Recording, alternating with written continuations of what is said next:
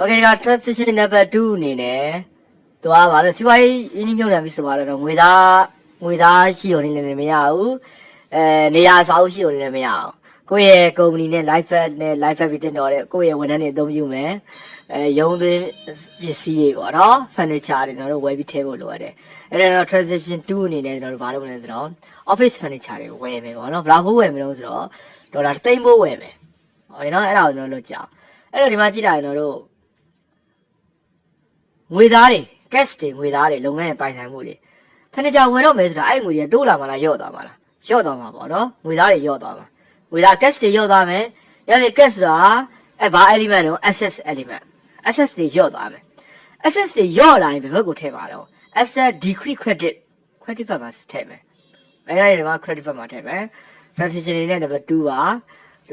ဘာတွေဘယ်ကတော့ free ဘောကပေါ့နော် furniture free ဘောကအနေနဲ့တော့ထည့်မယ်ဒေါ်လာ3သိန်းဘူးโอเคဒီမှာဒေါ်လာ3သိန်းဘူးโอเคနော်အဲ့ဒါနောက်ထပ်အကောင့်တစ်ခုထပ်ဖွင့်ရလိုက်မယ်ပေါ့နော်အဲ့ဒါဘာအကောင့်လို့ဆိုတော့ furniture အကောင့်โอเคနောက် business နဲ့ furniture အကောင့်ထပ်ဖွင့်ရမယ်အကောင့်နာမည်က furniture ပေါ့နော်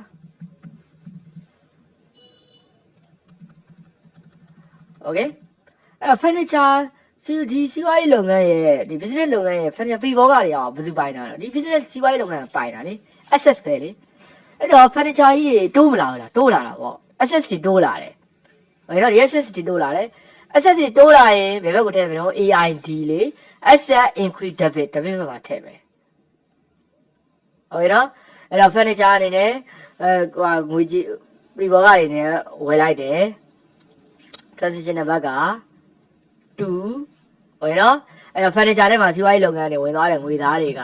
cash တွေကဘယ်လောက်တော့ဒေါ်လာ3သိန်းဟုတ်ရနော်အဲ့တော့ debit entry ကိုက်သွားပြီငွေသားတွေထွက်သွားတာဖြစ်တဲ့အတွက်ငွေသားတွေကဘယ်နာမည်နဲ့ထွက်သွားတာတော့ furniture နာမည်နဲ့ထွက်သွားတာထွက်သွားတာရော့သွားတာပေါ့နော်ရော့သွားတာဖြစ်တဲ့အတွက် asset decrease credit assets တွေရော့သွားရင် credit ဘက်မှာထည့်ပါဖြစ်တဲ့အတွက်ဒီဘက်ပါโอเคတော့ furniture account တခုပါနော် furniture account ထဲမှာတန်ဖိုးတွေတိုးလာတယ်အဲ့နော် furniture account ထဲမှာတန်ဖိုးတွေကတိုးလာတယ်ငွေသားအစင်းတွေတိုးလာတာဖြစ်တဲ့အတွက်အဲ့ဒီ furniture နေ furniture ဆိုတာဘာတော့လုပ်ငန်းရဲ့ assets တွေပြည်ဘောကလည်းလုပ်ငန်းရဲ့ assets တွေတိုးလာရင်ဘာထည့်ပါတော့ debit ဘက်မှာထည့်မယ် asset increase debit ဟုတ်နော်ထည့်ပါဖြစ်တဲ့အတွက်ဒီမှာ cash 3သိန်းဆိုပြီး furniture ထဲမှာထည့်လိုက်အဲ့တော့ဒီ3သိန်းဆိုတဲ့ပတ်စံဟာ credit ဘက်မှာ cash account အနေနဲ့တစ်ခုဒီ3သိန်းဆိုတဲ့ပတ်စံဟာ furniture account မှာ debit အနေနဲ့တစ်ခုပါ debit entry နှစ်ခုသုံးဝင်လာရနော် debit entry နှစ်ခါထည့်မယ်တစ်ခုကို debit ထည့်တစ်ခု credit ထည့်ဒါကိုပြောင်းပြန်တစ်ခုကို credit ဘက်မှာထည့်နောက်တစ်ခုကို debit ဘက်မှာထည့်ဒါကလည်းသူကချက်ကပ်ပေးလိုက်လုပ်လို့ရပါလေโอเคနော်ကဲဒါကျွန်တော်တို့က transition number 2ဖြစ်တဲ့